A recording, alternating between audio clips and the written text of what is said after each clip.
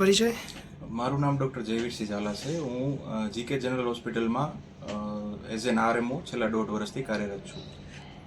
આપણે છેલ્લા 2 દિવસથી હીટવેવ ચાલુ છે, તો દરરોજના કેટલા ડિહાઇડ્રેશનના કેસો બની રહ્યા છે? છેલ્લા 2 દિવસથી આપ સૌને જાણ જ હશે કે હીટવેવની સરકારશ્રી દ્વારા આગાહી કરવામાં આવી છે મેટ્રોલોજીકલ વિભાગ દ્વારા, જેના લીધે મુખ્યત્વે મોટી ઉંમરના લોકોને અને બાળકોને વધારે પડતી અસર જોવા મળે છે.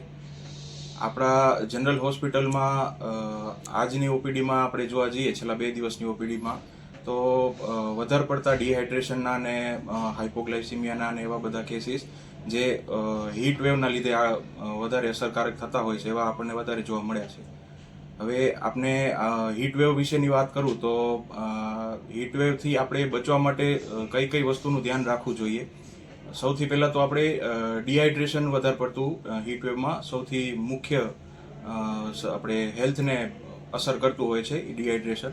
તો એના માટે આપણે હાઇડ્રેટેડ વધારે રહેવું પડે, જેમ કે પાણી અથવા તો કોઈ પણ જાતનું પ્રવાહી આપણે પુષ્કળ માત્રામાં લેવું જોઈએ. બની શકે તો બપોરના પીક અવર્સ જેમ કે આપણે 1 વાગ્યાથી લઈને બપોરે 4 અથવા 4:30 5 વાગ્યા સુધીમાં બહારે નીકળવાનું ટાળવું જોઈએ. અને જેને વધારે પડતું હાર્ડવર્ક કરવાનું, ફિઝિકલ એક્ટિવિટી કરવાનું રહેતું હોય છે, જેમ કે વર્કર જે ગ્રુપ છે અથવા તો કોઈ પણ એવા લોકો જેનું વ્યવસાયમાં હાર્ડવર્ક અથવા તો હલનચલન વધારે હોય છે, એ લોકોને પાણીનું જોર થોડું વધારે રાખવાની જરૂર પડતી હોય છે. આજે સમય દરમિયાન કયા કયા વસ્તુનું સેવન કરવું જોઈએ, ખાવું જોઈએ?